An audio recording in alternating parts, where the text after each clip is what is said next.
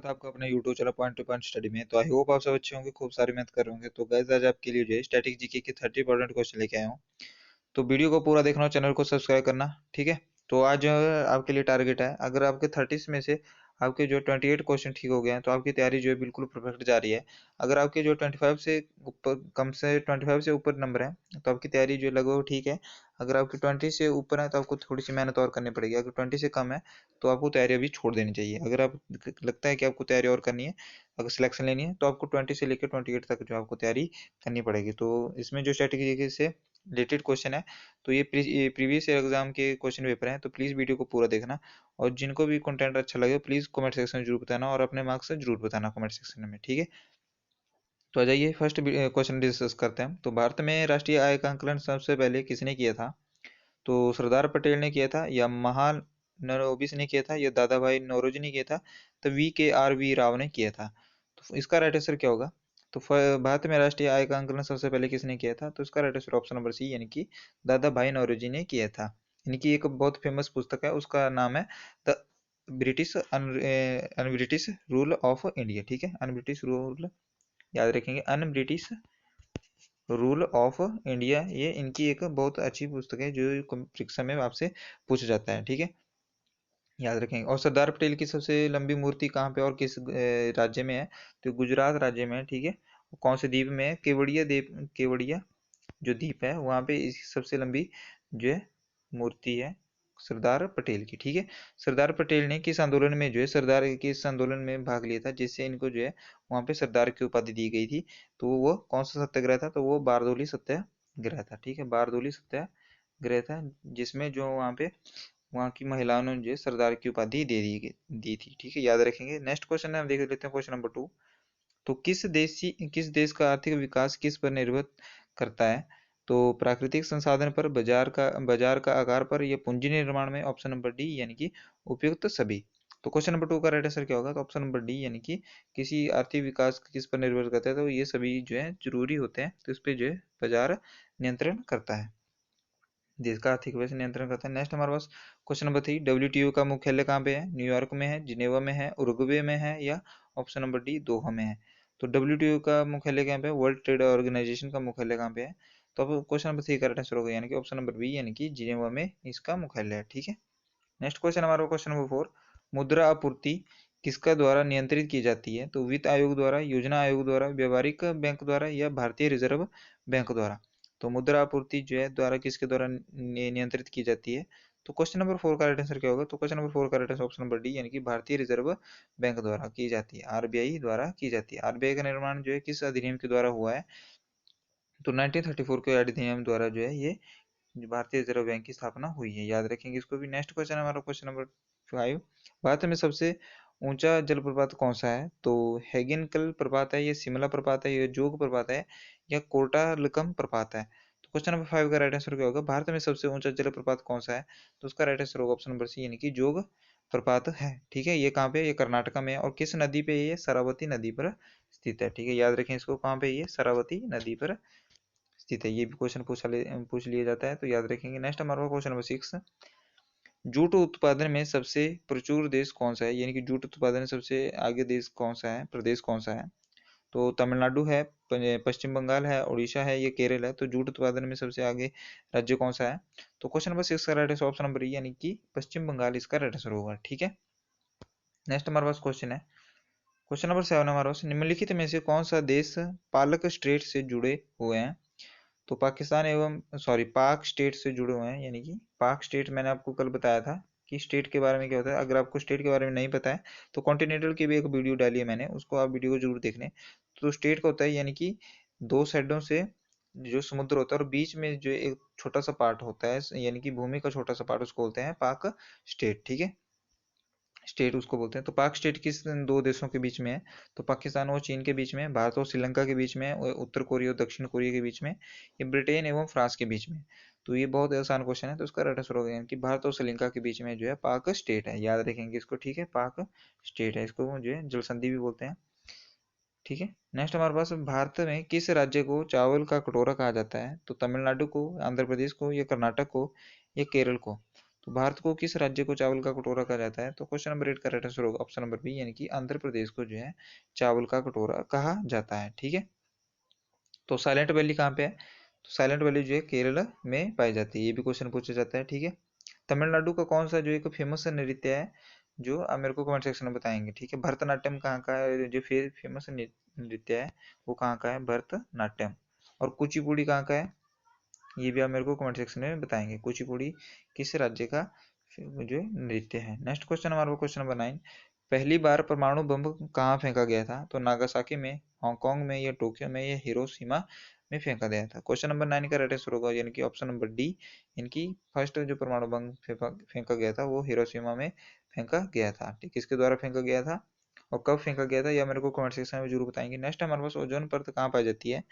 तो आयन मंडल में, या बाह्य मंडल में, या क्षोभ मंडल में, या समताप मंडल में। तो क्वेश्चन नंबर 10 का राइट आंसर होगा यानी कि ओजोन परत कहाँ पाई जाती है? तो ऑप्शन नंबर डी, यानी कि समताप मंडल में पाई जाती है। ठीक है, ओजोन परत की जो इकाई होती है नापने की, वो कौन सी होती है? तो उसका राइट आंसर होगा यानी कि डॉप्सन जो है ओजोन परत की मोटाई नापने की इकाई होती है। ठीक है, डॉप्सन इसका राइट आंसर होगा। ठीक है, और मौसम संबंधी घटनाएं कहाँ होती हैं? तो वो भी समताप मंडल में होती हैं, सॉरी क्षोभ मंडल में होती है मौसम संबंधी घटनाएं। और जो है, ठीक है, नेक्स्ट हमारे पास क्वेश्चन है, महात्मा गांधी की राजनीतिक गुरु कौन था? तो अरविंद घोष थे, गोपाल कृष्ण गोखले थे, बाल गंगाधर तिलक थे, या लाला लाजपत राय थे। तो महात्मा गांधी के राजनीतिक गुरु कौन थे? तो इसका राइट आंसर होगा यानी कि ऑप्शन नंबर बी, यानी कि गोपाल कृष्ण गोखले इसका राइट आंसर होगा। ठीक है, नेक्स्ट क्वेश्चन हमारे पास, क्वेश्चन नंबर 12 है हमारे पास, डेसिबल शब्द किससे संबंधित है?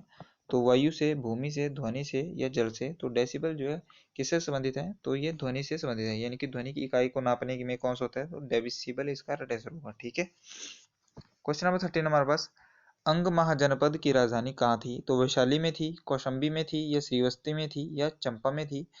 तो क्वेश्चन नंबर 13 का राइट आंसर होगा यानी कि ऑप्शन नंबर डी, यानी कि चंपा इसका राइट आंसर होगा।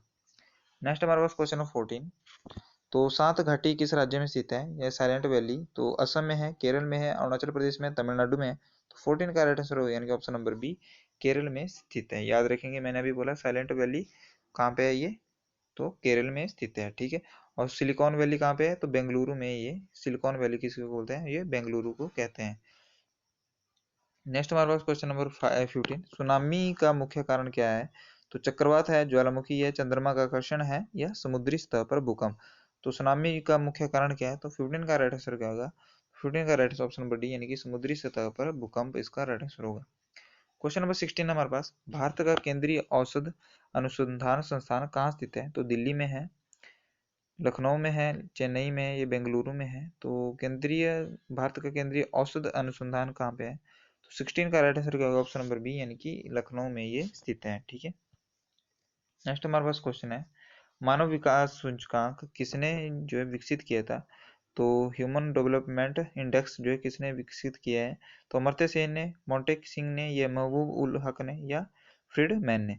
तो मानव विकास सूचकांक जो है किसने विकसित किया है? तो क्वेश्चन नंबर 17 का right answer option number C, यानी कि महबूब उल हक ने किया है। तो भारत जो है HDI में कौन सा रैंक है इस टाइम 2022 में? ठीक है, भारत का कौन सा स्थान है? तो ये आप मेरे को कमेंट सेक्शन में बताएंगे। ठीक है, नेक्स्ट हमारे पास क्वेश्चन है, कृषि उत्पादकों की कोटि किस प्रकार निर्धारित की जाती है? तो ISI द्वारा, या हरित उत्पाद द्वारा, या अगमार्क द्वारा, या पारिस्थितिकी उत्पाद द्वारा। तो क्वेश्चन नंबर 18 का राइट आंसर होगा यानी कि ऑप्शन नंबर सी, यानी कि एगमार्क द्वारा जो है कृषि उत्पादकों की कोटि निर्धारित की जाती है। क्वेश्चन नंबर 19 हमारे पास, भारत में न्यूनतम मजदूरी अधिनियम किस वर्ष में पहली बार स्वीकृत हुआ था? तो 1947 में, 1948, 1950, या 1951। तो क्वेश्चन नंबर 19 का राइट आंसर क्या होगा? तो ऑप्शन नंबर बी, यानी कि 1948 इसका राइट आंसर होगा। तो न्यूनतम मजदूरी अधिनियम किस वर्ष शुरू हुआ था?